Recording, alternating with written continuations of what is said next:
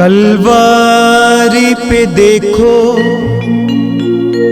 कैसा ये नजारा,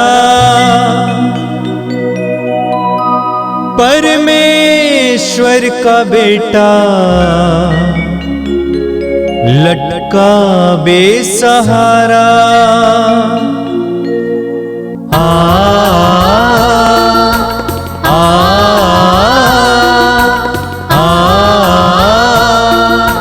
बहती रक्तधारा जिसमें सबको मिले मुक्ति, बहती रक्तधारा जिसमें सबको मिले शांति, बहती रक्तधारा जिसमें सबको मिले मुक्ति, बहती रक्तधारा जिसमें सबको मिले शांति। प्यारे विश्वासियों, पवित्र रक्ताभिषेक प्रार्थना हम सबों के जीवन में प्रभु की आशीष लेकर आते हैं। तो आइए पवित्र रक्ताभिषेक प्रार्थना में हम अपने आप को प्रभु के हाथ में समर्पित करें और इस प्रार्थना में पूरे हृदय से सहभागी हो। पिता और पुत्र और पवित्र आत्मा के नाम पर आमीन।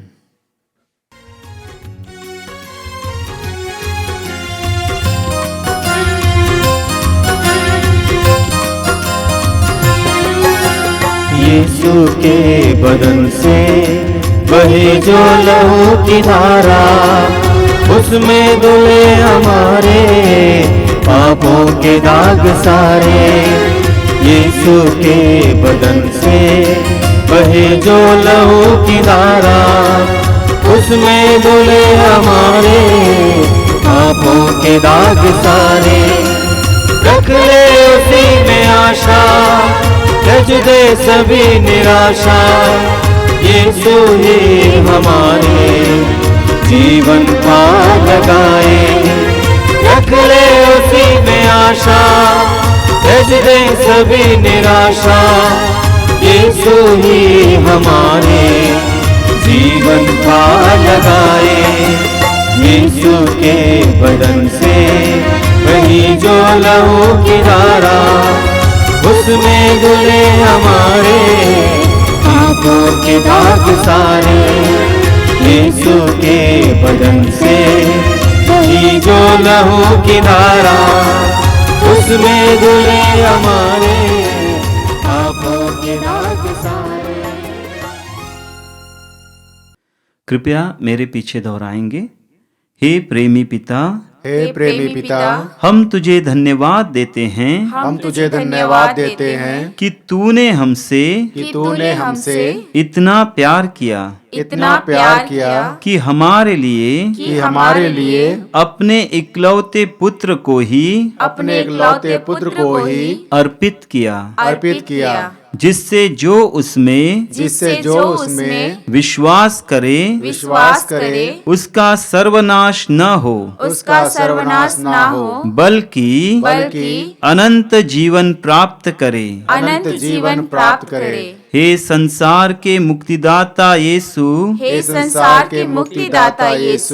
हम तेरे बलिदान के लिए तुझे धन्यवाद देते हैं। तूने कहा यह प्याला मेरे रक्त का नूतन विधान है, यह तुम्हारे लिए बहाया जा रहा है।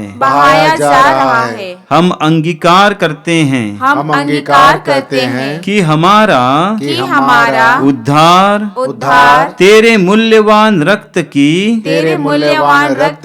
कीमत पर हुआ है। हम पर दया कर और हमें हर बंधन से मुक्त कर। हे निर्दोष मेमने हम पर दया कर,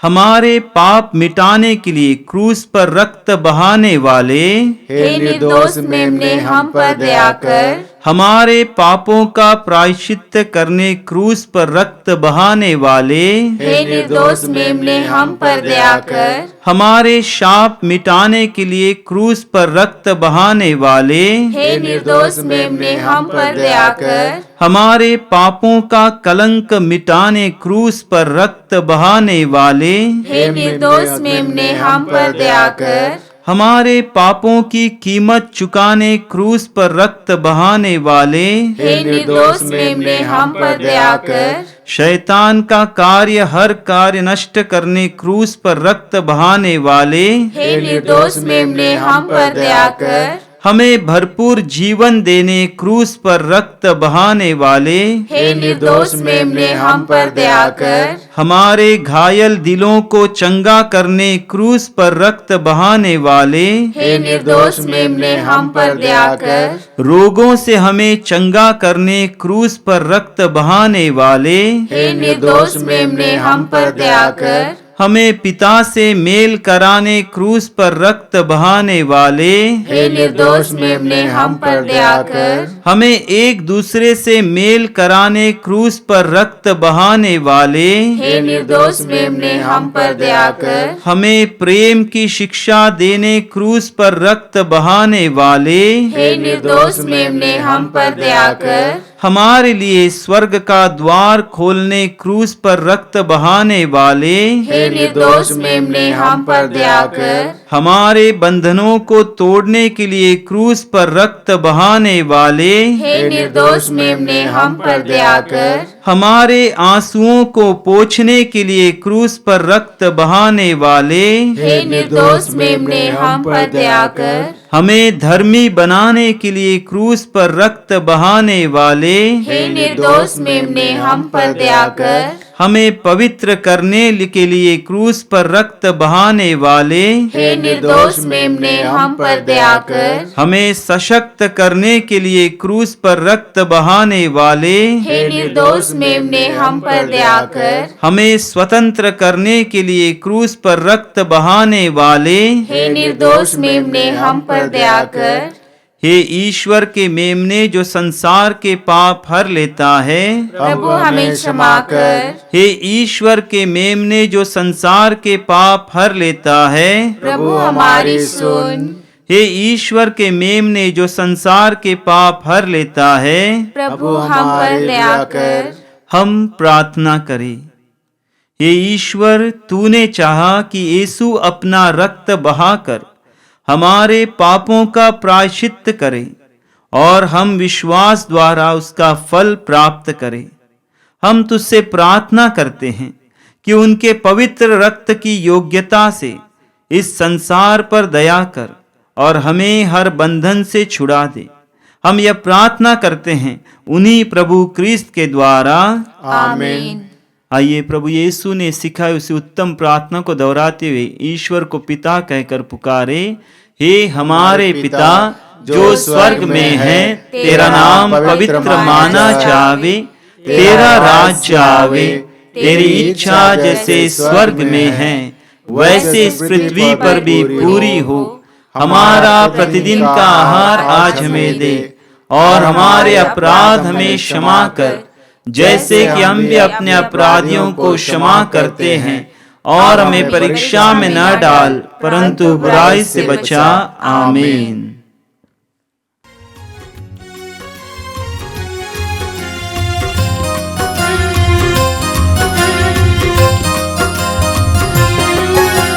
यीशु के बदन से बहे जो लहू की धारा, उसमें धुले हमारे पापों के दाग सारे।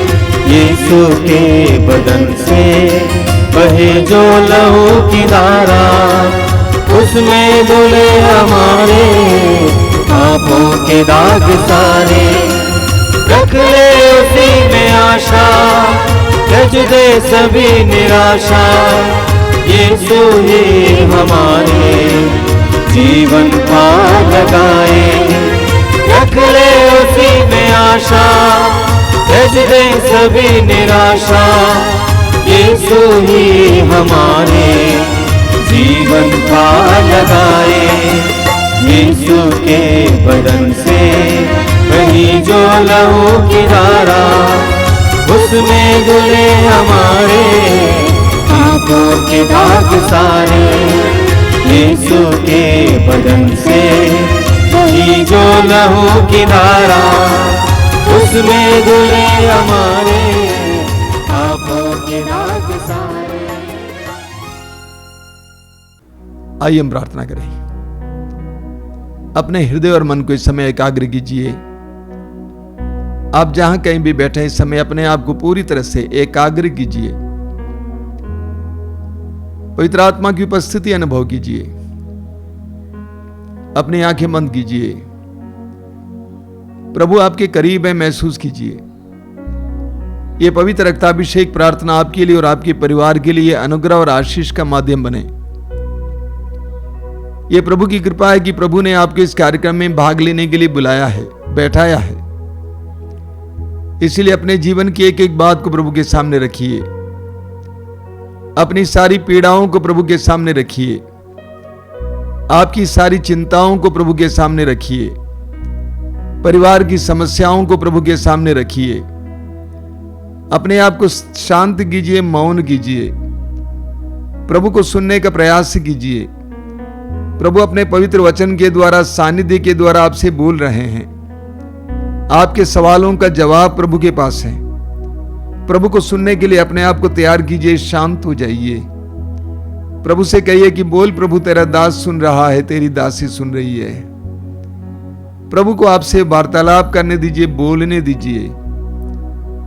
ईश्वर प्रेम है, बाइबल कहती है, और प्रेम सदा बहाव बनाया हुआ है, कम्युनिकेट करते रहता है। और ईश्वर अपना प्रेम हमारी ओर बहा रहा है। जो भी अपने हृदय और मन को प्रभु के लिए खोलेगा, उसके जीवन में प्रभु कार्य करेंगे। यह समय आपके लिए अनुग्रह का समय, आशीष का समय है। पवित्र आत्मा से प्रार्थना कीजिए। पवित्र आत्मा आइए, मेरे मन को एकाग्र कीजिए, मेरे हृदय को एकाग्र कीजिए, मेरे अनावश्यक विचारों को दूर कीजिए। इस पवित्र रक्ताभिषेक के द्वारा तेरे प्रेम का मैं एहसास कर सकूं, तेरी शक्ति और सामर्थ्य का मैं एहसास कर सकूं। आइए पवित्र आत्मा, आइए मेरे जीवन में, आइए मेरी परिस्थितियों में, आइए इस समय मेरी बुद्धि को प्रकाशित करने आइए, मेरे हृदय को अपने उत्साह से भरने आइए। पवित्र आत्मा से प्रार्थना करते हुए अपने आप को इस पवित्र रक्ताभिषेक के लिए और विशेष करके प्रभु के वचन को सुनने के लिए तैयार कीजिए।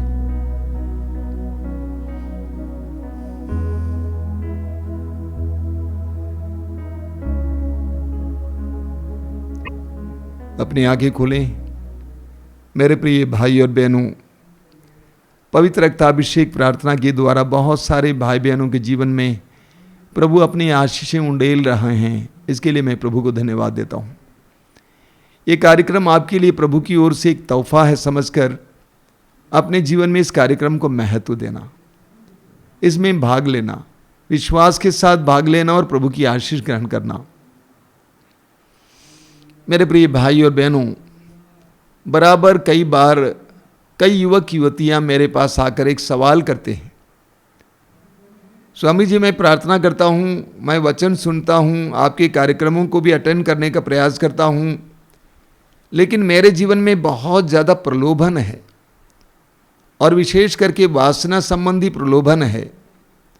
इसको मैं हटाने का प्रयास करता हूँ लेकिन हटता नहीं है। मैं उलझ गया हूँ।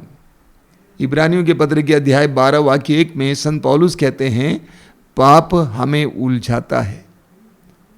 उलझ जाते हैं और सवाल करते हैं कि स्वामी जी कब तक चलेगा। मैं उनको एक ही जवाब दिया करता हूं और वो जवाब है, ईमानदारी से लड़ाई को जारी रखिए। कब तक के सवाल का कोई जवाब नहीं है।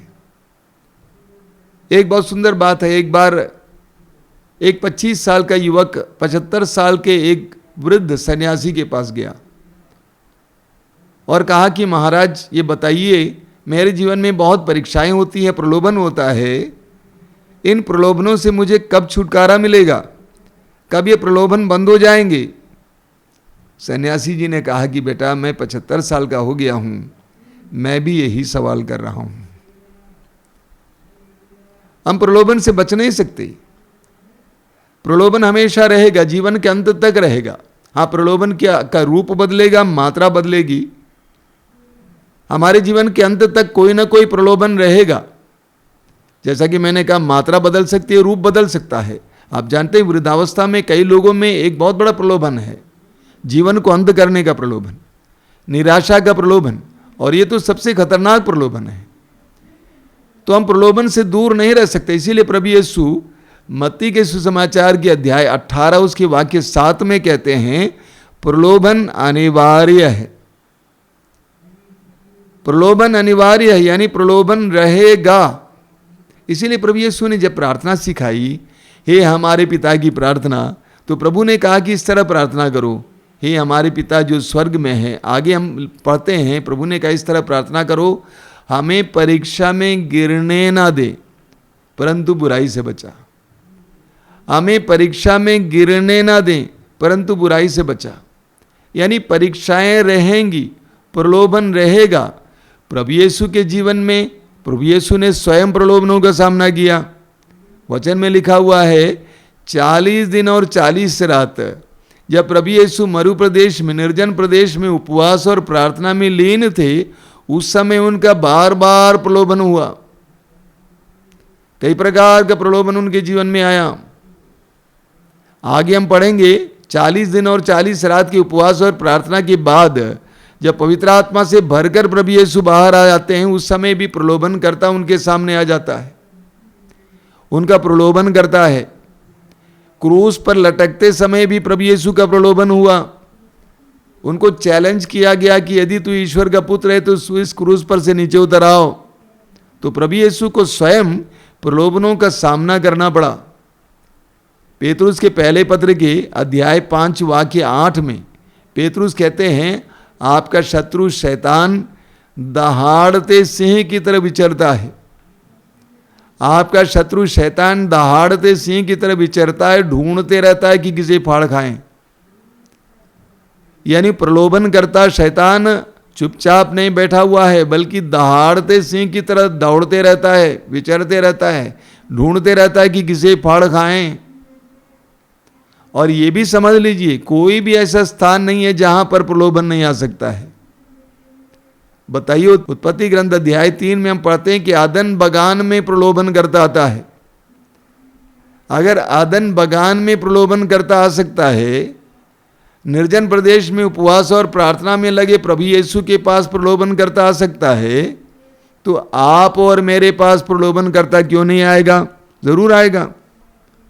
तो प्रभु यीशु कहते हैं प्रलोभन अनिवार्य है।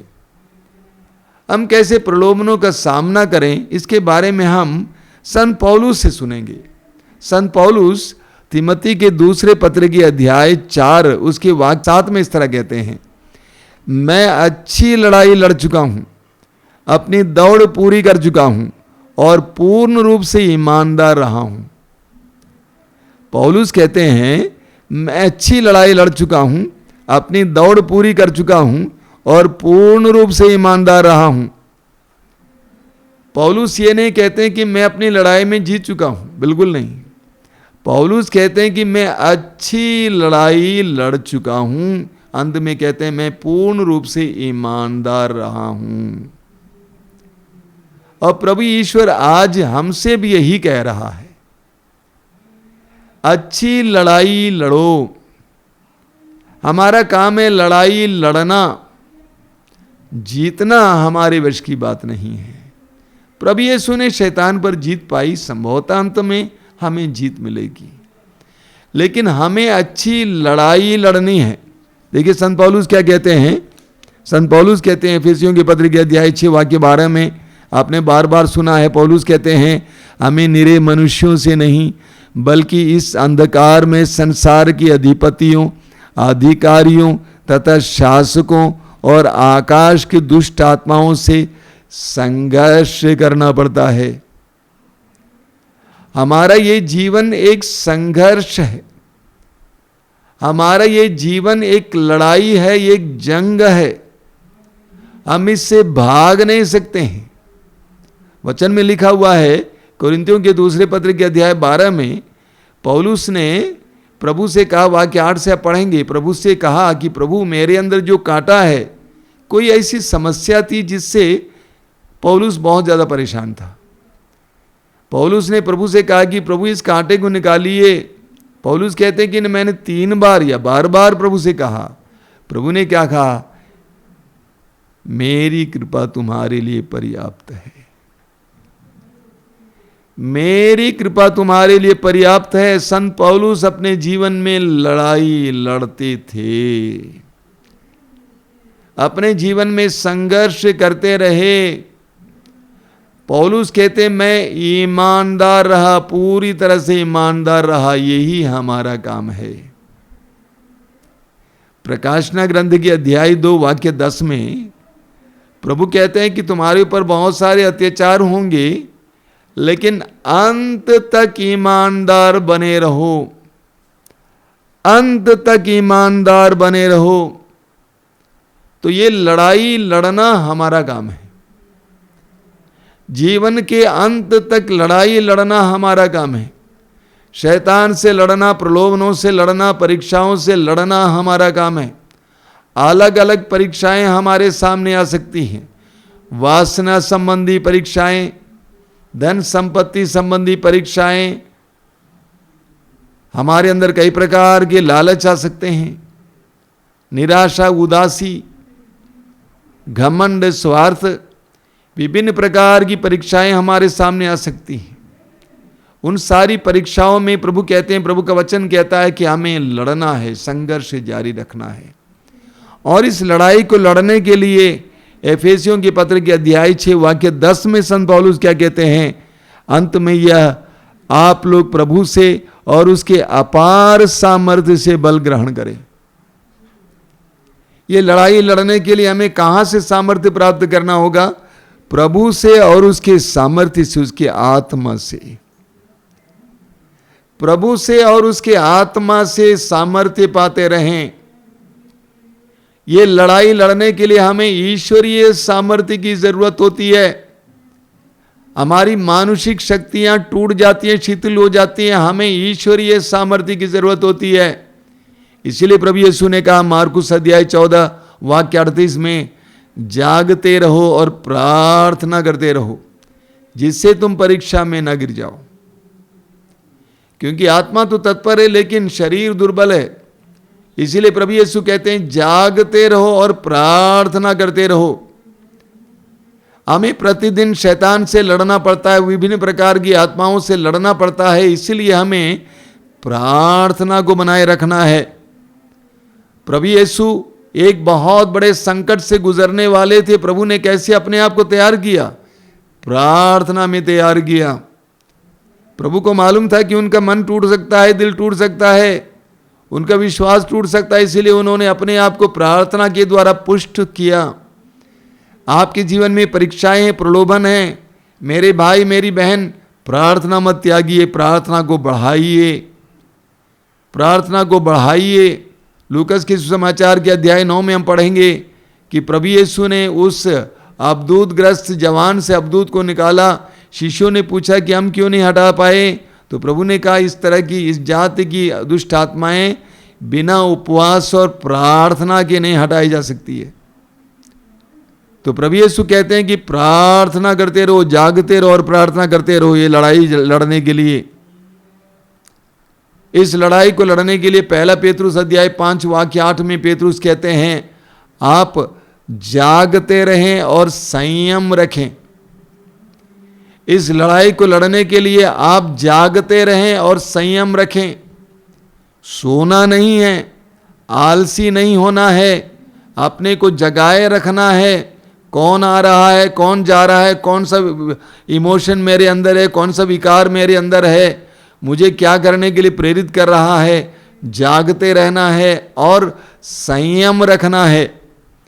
अपनी आंखों पर संयम रखना, अपने कानों पर संयम रखना, अपनी जुबान पर संयम रखना, अपने हाथ पर संयम रखना। तो पेतरुस कहते हैं लड़ाई लड़ने के लिए जागते रहना है और संयम रखना है। इस लड़ाई को लड़ने के लिए हमें पवित्र वचन को इस्तेमाल करना है। सुसमाचारों में हम पढ़ते हैं कि प्रभु यीशु की परीक्षा हुई। शैतान ने कहा इन पत्थरों को रोटी बना दो और खा लो, क्योंकि तुम मर जाओगे नहीं तो। प्रभु ने कहा लिखा है मनुष्य केवल रोटी से ही नहीं जीता है, बल्कि परमेश्वर के मुख से निकलने वाले हर एक वचन से जीता है। फिर शैतान ने कहा, वो शैतान ले गया मंदिर की चोटी पर और कहा कि कूदो, क्योंकि लिखा है कि तुम्हारे दूत तुम्हें बचा लेंगे।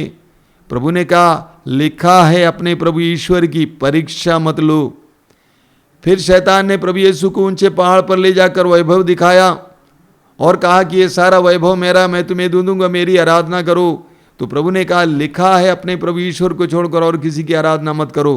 तो प्रभु यीशु ने प्रलोभन में, परीक्षा में वचन का इस्तेमाल किया। इसलिए पवित्र वचन को सुनिए, पवित्र वचन को पढ़िए, पवित्र वचन को बार बार दोहराइए। इस प्रकार हम प्रलोभन में, परीक्षा में शैतान से लड़ने के लिए सक्षम होंगे, सफल होंगे। कभी हार नहीं मानना चाहिए, कभी हार नहीं मानना चाहिए। जिस समय आप हार मानेंगे उस समय आप बर्बाद हो जाएंगे। हार नहीं मानना चाहिए। मैं कई कैथोलिक भाई बहनों से कहता हूं, आपके पास एक बहुत सुंदर संस्कार है, पाप स्वीकार का संस्कार, मेल मिलाप का संस्कार। बार बार संस्कार को ग्रहण कीजिए। कई लोग बोलते हैं स्वामी जी वही पाप बार बार करते हैं, तो बार बार कैसे पाप स्वीकार करें? बार बार पाप स्वीकार करते जाइए, तब तक पाप स्वीकार करते जाइए जब तक कि आप शैतान को ना परास्त करें। अगर आप पाप स्वीकार करना बंद करेंगे तो आप हार गए। अगर आप प्रार्थना करना बंद किए तो आप हार गए। अगर आप वचन पढ़ना सुनना बंद किए तो आप हार गए।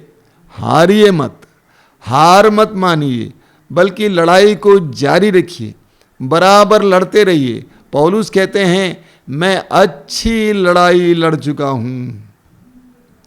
अपने जीवन के अंत में पौलुस इतना ही कहते हैं, मैं अच्छी लड़ाई लड़ चुका हूं। पौलुस ने कहते हैं कि मैं लड़ाई में जीत चुका हूं, बिल्कुल नहीं। और प्रभु ईश्वर हम में से हर एक से यही चाहता है कि हम अच्छी लड़ाई लड़ें, ईमानदारी से लड़ाई लड़ें। प्रभु ईश्वर यही चाहता है। देखिए पौलुस कितने महान व्यक्ति थे, इतने महान व्यक्ति जिसके द्वारा प्रभु बड़े बड़े चमत्कार और चिन्ह प्रकट करते थे। ऐसे महान व्यक्ति अपने जीवन के अंतिम पलों में कहते हैं कि मैं अच्छी लड़ाई लड़ चुका हूं। मेरे प्रिय भाई और बहनों, मैं जानता हूं कि आप में से कई लोग विभिन्न प्रकार के प्रलोभनों में पड़ जाते हैं या प्रलोभनों से उलझ जाते हैं। मैं स्वयं अपने जीवन में अलग अलग प्रकार के प्रलोभनों का सामना करता हूं। आसान बात नहीं है, क्योंकि शैतान कभी भी निष्क्रिय नहीं है। वो दहाड़ते सिंह की तरह विचरता है, कभी कभी चुपचाप हमारे जीवन में प्रवेश करने का प्रयास करता है। अय्यूब के बारे में सोचिए। अय्यूब इतने बड़े भक्त थे, धनी थे, उसके जीवन में शैतान ने उसके विश्वास को तोड़ने के लिए कितनी विपत्तियां लाई, लेकिन अय्यूब टूटा नहीं, विश्वास में बने रहे। इसी तरह हमें भी अपने जीवन में प्रलोभनों का सामना करना है। ये स्वीकार कीजिए कि प्रलोभन अनिवार्य है। पहले से स्वीकार कीजिए कि प्रलोभन अनिवार्य है। मुझे संघर्ष जारी रखना है, मुझे लड़ाई जारी रखनी है। आइए हम प्रार्थना करें। प्रभु यीशु ने हमसे कहा प्रार्थना करो कि पिता हमें परीक्षा में गिरने ना दे, हमें प्रलोभनों में गिरने ना दे, परंतु बुराई से बचा। यही प्रार्थना आज भी हमारी होगी। हमें प्रलोभनों में गिरने ना दे। प्रलोभन होंगे हम जानते हैं, लेकिन उन सारे प्रलोभनों के सामने उसी तरह बर्ताव करने की कृपा दे जिस तरह तेरे पुत्र यीशु ने बर्ताव किया। तेरे पुत्र यीशु ने शैतान से कहा हट जाओ शैतान, हट जाओ शैतान, और हट गया शैतान। तेरे पुत्र यीशु ने प्रलोभनों का सामना करने के लिए अपने आप को तैयार किया। प्रार्थना के द्वारा, पवित्र वचनों का इस्तेमाल करके शैतान को हराया। उसी तरह हमें भी प्रार्थना और वचन के द्वारा इस जीवन के संघर्ष में जीतने के लिए कृपा दीजिए। तेरे सामने ईमानदार बने रहने के लिए कृपा दीजिए। प्रभु यीशु इन पवित्र वचनों को सुनने वाले मेरे भाई बहनों को आशीर्वाद दीजिए। तेरे पवित्र सामर्थ्य उन्हें प्रदान कीजिए। संत पौलुस कहते जब मैं दुर्बल हूं उस समय मैं बलवान हूं, क्योंकि मेरे अंदर उस समय ईश्वर का सामर्थ्य पूर्ण रूप से प्रकट होता है। प्रलोभनों के समय, परीक्षा के समय तेरा सामर्थ्य उनके जीवन में पूर्ण रूप से प्रकट हो जाए। विभिन्न प्रकार के परीक्षाओं में पड़े हुए लोगों को इस समय तू छुटकारा देना हो। वासना संबंधी परीक्षाओं में पड़े भाई बहनों को छुटकारा देना हो। लालच के शिकार भाई बहनों को छुटकारा देना, नशे के शिकार भाई बहनों को छुटकारा देना। प्रभु यीशु हमारी इस प्रार्थना को ग्रहण कीजिए। आमीन।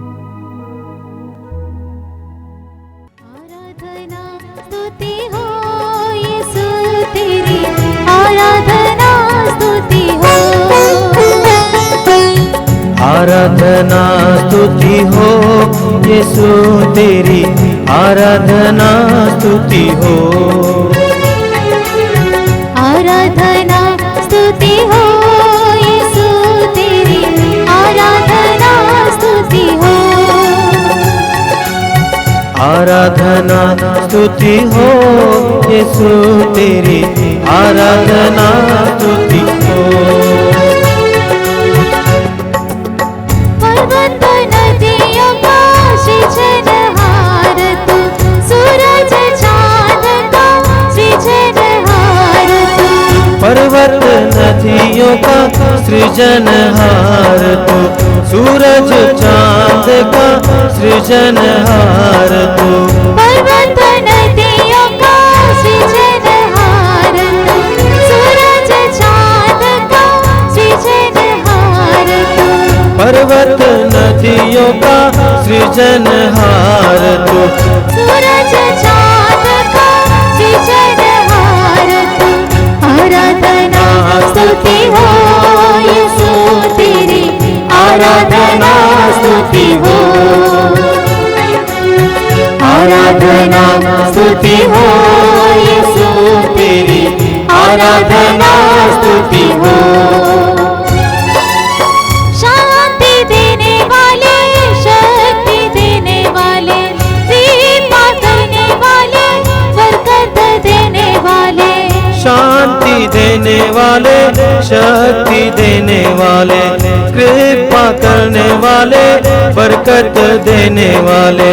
शांति देने वाले, शक्ति देने वाले, कृपा करने वाले, बरकत देने वाले।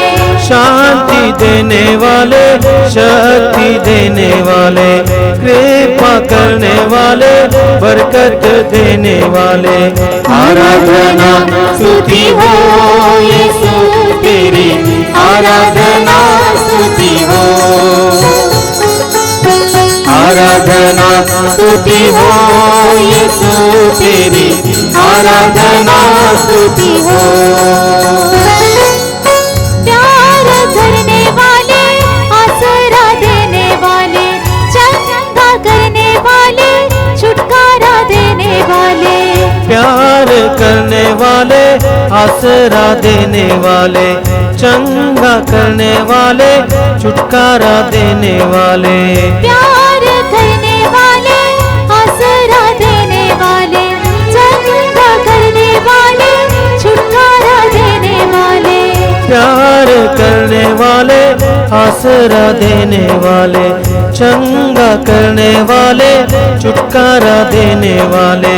आराधना स्तुति हो यीशु तेरी, आराधना स्तुति हो।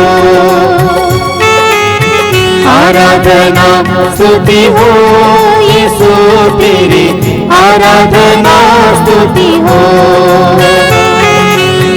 आराधना स्तुति हो यीशु तेरी, आराधना स्तुति हो। आराधना स्तुति हो। आराधना स्तुति हो।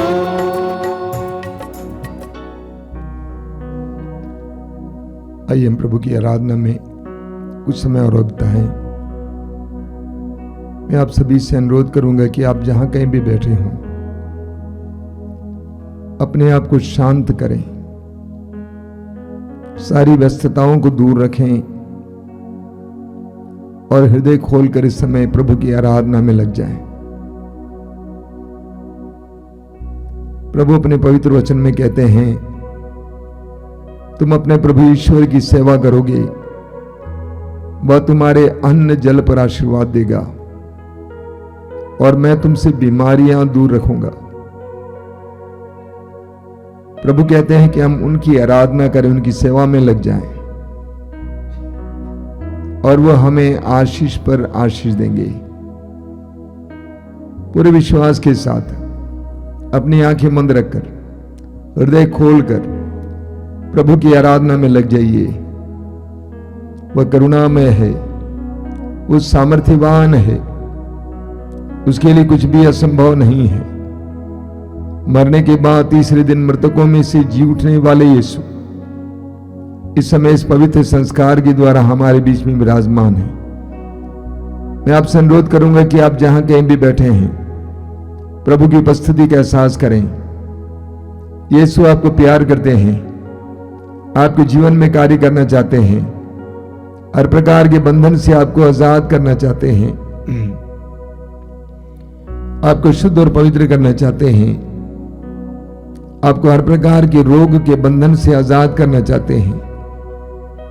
सुसमाचारों में हम पढ़ते हैं 2000 वर्ष पहले प्रभु यीशु ने घूम फिर कर रोगियों को चंगा किया। जहां कहीं भी लोगों ने उनको देखा, भीड़ की भीड़ उनके चारों ओर इकट्ठी होती थी और उन जगहों से लोग अपने रोगियों को यीशु के पास ले आए। यीशु ने उनको स्पर्श किया, उन्हें चंगा किया। वही यीशु इस समय हमारे बीच में विराजमान है। विश्वास के साथ अपने हृदय और मन को खोलिए। पवित्र वचन को सुनने के लिए हमें अपने हृदय और मन को खोलने की जरूरत है। प्रभु हमारे बीच में है, अपने वचन के द्वारा, संस्कारों के द्वारा, अपनी उपस्थिति के द्वारा। पवित्र वचनों को सुनने के लिए हमें अपने हृदय और मन को तैयार करने की जरूरत है। हम प्रतिदिन शायद प्रभु के वचनों को सुनते हैं या पढ़ते हैं, लेकिन प्रभु ये स्वयं कहते हैं कि जब तक जमीन तैयार ना हो, वचन रूपी बीज की फसल देखने को नहीं मिलेगी। इसलिए हमें वचन सुनने के लिए, ग्रहण करने के लिए अपने आप को तैयार करने की जरूरत है। याकूब के पत्र के अध्याय 1 वाक्य 21 में याकूब कहते हैं कि आप हर प्रकार की मलिनता दूर कर, बुराई दूर कर, नम्रता पूर्वक प्रभु की वाणी को ग्रहण करें, वचन को ग्रहण करें जो आपके उद्धार करने में समर्थ हैं। नम्रता पूर्वक, छोटे बच्चों जैसे विश्वास के साथ प्रभु का वचन ग्रहण करें। मत्ती के सुसमाचार के अध्याय 11 वाक्य 25 में प्रभु यीशु ने स्वयं पवित्र आत्मा से भरकर कहा, हे पिता स्वर्ग और पृथ्वी के प्रभु, मैं तुझे धन्यवाद देता हूं क्योंकि तूने इन सारी बातों को ज्ञानी और समझदारों से छिपाकर मेरे बच्चों पर प्रकट किया है। हाँ पिता, तुझे यही अच्छा लगा। प्रभु यीशु इस समय के लिए धन्यवाद देता हूं, इस समय की पवित्रता के लिए धन्यवाद देता हूं। मैं विश्वास करता हूं कि तू इस समय हमारे साथ है, हमारे बीच में है। मैं इस समय प्रार्थना करता हूं मेरे भाई बहनों के लिए, वे जहां कहीं भी हों, उनको इस समय स्पर्श कर, उनको तेरे स्पर्श के एहसास हो, अनुभव हो। प्रभु यीशु तूने कहा है, जो मेरे पास आता है मैं उसे कभी नहीं ठुकराऊंगा। इस वचन पर विश्वास करते हुए तेरे करीब आने के लिए मेरे भाई बहनों को कृपा दीजिए। प्रभु यीशु समय उनके जीवन में कार्य करना, तेरे वचनों को ग्रहण करने के लिए उनके हृदय और मन को तैयार करना, तेरी आशीष को ग्रहण करने के लिए उनके हृदय और मन को तैयार करना। आइए मेरे भाई और बहनों, इस समय हृदय खोलकर, मुंह खोलकर हम प्रभु की आराधना और स्तुति करेंगे। मेरे पीछे दोहराइए, हालेलुया, हालेलुया, हालेलुया, हालेलुया। यीशु ईश्वर के पुत्र हैं, यीशु ईश्वर के पुत्र हैं, यीशु संसार के मुक्तिदाता हैं, यीशु संसार के मुक्तिदाता हैं, यीशु मरने के बाद, यीशु मरने के बाद महिमा के साथ तीसरे दिन मृतकों में से जी उठे। मृतकों में से जी उठे। वही यीशु हमारे बीच में विराजमान है। वही यीशु हमारे बीच में विराजमान, चमत्कार और चिन्ह प्रकट करने वाले, चमत्कार और चिन्ह प्रकट करने वाले, जल को अंगूरी में परिवर्तित करने वाले, जल को अंगूरी में परिवर्तित करने वाले, आंधी को शांत करने वाले, आंधी को शांत करने वाले, 5 रोटियों से 5000 से भी ज्यादा लोगों को खिलाने वाले, 5 रोटियों से 5000 से भी ज्यादा लोगों को खिलाने वाले, हालेलुया, हालेलुया, मृतकों को जिलाने वाले, मृतकों को जिलाने वाले, लंगड़ों को चलाने वाले, लंगड़ों को चलाने वाले, गूंगों को वाणी, गूंगों को वाणी, बहरों को सुनने की बहरों को सुनने की शक्ति देने वाले, शक्ति देने वाले, ए हमारे प्रभु यीशु, हमारे मुक्तिदाता, हमारे प्रभु, जीवन के मालिक, हम तेरी आराधना करते हैं। हालेलुया। सभी संतों के साथ, सभी मानव जाति के साथ, सभी स्वर्गदूतों के साथ हम तेरी आराधना करते हैं। तू महिमा में है, तू प्रेमी है, तू सर्वशक्तिमान है। तेरी आराधना हो, तेरी महिमा हो। हालेलुया, हालेलुया, हालेलुया, हालेलुया। सभी लोग मुंह खोल कर इस समय प्रभु की लगातार स्तुति करते जाएंगे लंबी देर तक। हालेलुया, हालेलुया, हालेलुया, हालेलुया, हालेलुया, हालेलुया। आराधना, आराधना, आराधना, आराधना, आराधना, महिमा, आराधना, महिमा, आराधना, महिमा, आराधना, महिमा, आराधना, महिमा, आराधना, महिमा, आराधना, महिमा, आराधना, महिमा, आराधना, महिमा, आराधना, महिमा, आराधना, महिमा, आराधना, महिमा, आराधना, आराधना।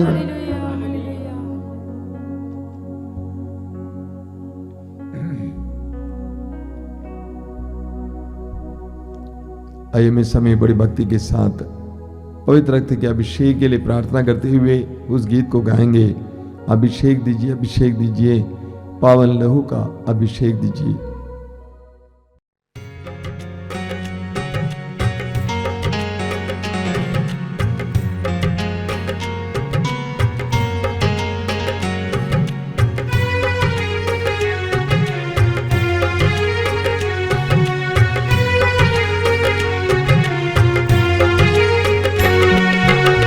अभिषेक दीजिए, अभिषेक दीजिए, पावन लहू का अभिषेक दीजिए। अभिषेक दीजिए, अभिषेक दीजिए, पावन लहू का अभिषेक दीजिए।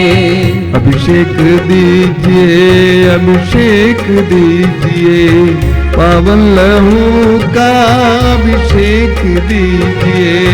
अभिषेक दीजिए, अभिषेक दीजिए, पावन लहू का अभिषेक दीजिए। पाप अधर्म से भारी है धरती, पाप मिटाने अभिषेक दीजिए।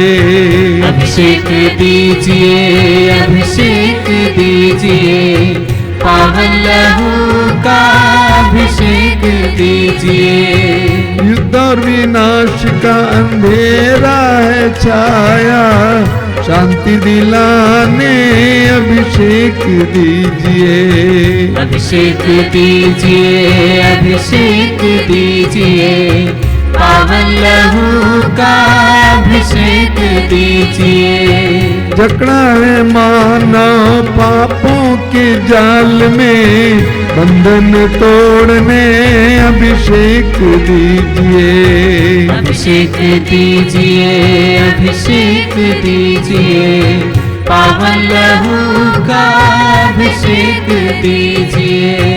अश्लीलता का बादल घनेरा पवित्र करने अभिषेक दीजिए।